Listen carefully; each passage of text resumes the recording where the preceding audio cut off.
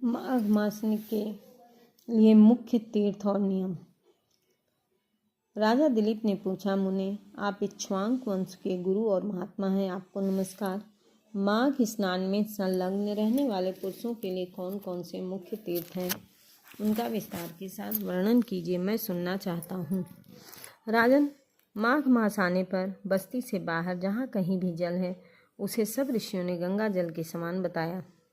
तथापि मैं तुमसे विशेषता माघ स्नान के लिए मुख्य तीर्थों का वर्णन करता हूँ। पहला तीर्थराज प्रयाग। यह बहुत ही विख्यात तीर्थ है। प्रयाग सब तीर्थों में कामना की पूर्ति करने वाला, धर्म अर्थ काम मोक्ष चारों पुरुषार्थ को देने वाला होता है। इसके सिवा नैमिष, कुरुक्षेत्र, हरिद्वार, उज्जैन, सरयू, यमुना, द्वारिका, अमरावती, सरस्वती, समुद्र का संगम, गंगा सागर संगम, कांची, त्र्यंबकम तीर्थ, सरदा, सप्त गोदावरी का तट, कालंजर, प्रभास, बद्रिकाश्रम, महालय, ओंकार क्षेत्र, पुरुषोत्तम क्षेत्र, जगन्नाथपुरी, गोकर्ण, भृगुकर्ण, पुष्कर, तुंगभद्रा, कावेरी नदी, ये सभी माघ मास में स्नान करने के लिए मुख्य तीर्थ होते हैं। गया नामक जो तीर्थ है वो पितरों के लिए तृप्तिदायक और हितकर है। ये भूमि पर विराजमान तीर्थ हैं जिनका मैंने तुमसे वर्णन किया। हे राजन, अब मानस तीर्थ बताता हूँ, सुनो। भली भांति स्नान करने से मनुष्य परम गति को प्राप्त करता है। सत्य तीर्थ, क्षमा तीर्थ, इंद्र निग्न तीर्थ, सर्वभूतादि तीर्थ, आर्जो तीर्थ, दान तीर्थ, दम तीर्थ, ये सब जो है मानस तीर्थ है। मन शुद्धि सब तीर्थों से उत्तम तीर्थ है। शरीर से जल में डुबकी लगा लेना स्नान नहीं कहलाता। जिसने मन और इंद्रियों के संयम से स्नान किया, वास्तव में उसी का स्नान सफल है, क्योंकि वह पवित्र एवं स्नेही युक्त चित्त वाला माना गया है। जो लोभी, चुगलखोर, क्रूर, दंभी, विषय लोलुप संपूर्ण तीर्थों में स्नान करके भी पापी और मलिन ही बना रहता है। केवल शरीर की मैल छुड़ाने से मनुष्य निर्मल नहीं होता है। मन का मैल धुलने पर ही वह अत्यंत निर्मल होता। जलचर जीव जल में ही जन्म लेता है, उसी में मर जाता है, किंतु स्वर्ग में नहीं जाते, क्योंकि मन के मैल नहीं धुले रहते हैं। विषयों में जो अत्यंत आसक्ति होती, उसी को मानसिकता मल कहते हैं। विषयों की ओर से वैराग्य हो जाना ही मन की निर्मलता, दान, यज्ञ, तपस्या, बाहर भीतर शुद्धि और शास्त्र ज्ञान भी तीर्थ है। अब भूतल के तीर्थों की पवित्रता का कारण सुनो। जैसे शरीर के कुछ भाग परम पवित्र माने गए हैं, उसी का पृथ्वी के कुछ स्थान अत्यंत पुण्यमय माने गए हैं। भूमि के अद्भुत प्रभाव, जल की शक्ति और मुनियों के अनुग्रह पूर्वक निवास से तीर्थों को पवित्र बताया गया है। इसलिए भौम और मानस सभी तीर्थों में जो नित्य स्नान करता है वह परम गति को प्राप्त करता है। प्रचुर दक्षिणा वाले अग्निष्टोम आदि से योगों से यजन करने पर भी मनुष्य उस फल को नहीं पाता है जो उसे तीर्थों में जाने से प्राप्त होता है। जिसके दोनों हाथ, दोनों पैर और मन भली बात काबू में हो, विद्या, तप और कीर्ति से संपन्न हो, वह तीर्थ के फल का भागी होता है।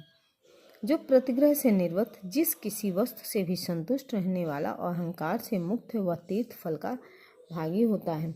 श्रद्धा पूर्वक एकाग्रचित हो तीर्थों की यात्रा करने वाला धीर पुरुष कृतज्ञ हो तो भी शुद्ध हो जाता है। फिर जो शुद्ध कर्म करता है तो उसकी तो बात ही क्या है। 5 प्रकार के मनुष्य तीर्थ फल के भागी नहीं होते हैं। जो शास्त्रोक्त तीर्थों में विधिपूर्वक विचरते हैं, सब प्रकार के द्वंद्वों को सहन करते हुए धीर मनुष्य स्वर्ग लोक में जाते हैं। तीर्थ में अर्ध आवाहन के बिना ही श्राद्ध करना चाहिए। वह श्राद्ध के योग्य काल हो या न हो, तीर्थ में बिना विलंब के श्राद्ध और तर्पण करना उचित होता है। उसमें विघ्न नहीं डालना चाहिए। अन्य कार्य के प्रसंग से भी तीर्थ में पहुंच जाने पर स्नान करना चाहिए। ऐसा करने से तीर्थ यात्रा का नहीं परंतु तीर्थ स्नान का फल अवश्य आपको प्राप्त होगा।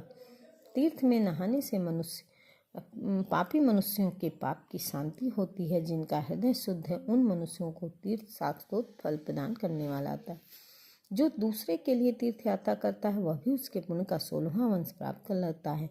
कुश की प्रतिमा बनाकर तीर्थों के जल में उसे स्नान कराए, जिसके उद्देश्य से उस प्रतिमा को स्नान कराया जाता, वह पुरुष तीर्थ स्नान के पुण्य का 8वां फल प्राप्त करता है। तीर्थ में जाकर उपवास करना, सिर के बाल का मुंडन कराना चाहिए। मुंडन से मस्तिष्क के पाप नष्ट हो जाते। जिस दिन तीर्थ में पहुँचे उसके पहले दिन उपवास करें और दूसरे दिन श्राद्ध एवं दान करें। तीर्थ के प्रसंग में मैंने श्राद्ध को भी तीर्थ बताया है। यह स्वर्ग के साधन है जो मोक्ष की प्राप्ति का उपाय है। इस प्रकार नियम का आश्रय ले और माघ मास में व्रत ग्रहण करना चाहिए। उस समय ऐसी तीर्थयात्रा करनी चाहिए। माघ मास में स्नान करने वाला पुरुष सब कुछ न कुछ दान अवश्य करे। बेर, केला, आंवले का फल, सेर भर घी, तिल, पान, चावल, कुम्हड़ा, खिचड़ी, 9 वस्तुएं प्रतिदिन ब्राह्मण को दान करनी चाहिए। जिस किसी प्रकार हो सके माघ मास को व्यर्थ नहीं जाने देना चाहिए।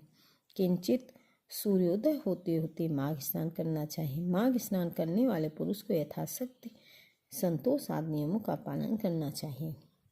ब्राह्मणों को भोजन कराना चाहिए। जाड़े का कष्ट दूर करने के लिए बोझ के बोझ सूखा दान करना चाहिए। रुई भरा सैया का दान करिए। गोपवित्र लाल वस्त्र, रुईदार रजाई, जायफल, लौंग, बहुत से पान, विचित्र कंबल, हवा से बचाने वाला गह, मुलायम जूते, सुगंधित उपटन आदि दान करें।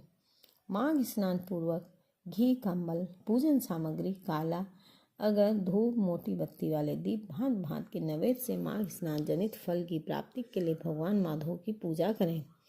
माघ मास में डुबकी लगाने से सारे दोष नष्ट हो जाते हैं। अनेकों जन्मों के उपार्जित संपूर्ण महापाप तत्काल विलीन हो जाते हैं। माघ स्नान ही मंगल का साधन है। यही वास्तव में धन का उपार्जन है। यही इस जीवन का फल है। यह पूरी कहानी या वृतांत पद्म पुराण से लिया गया है। धन्यवाद।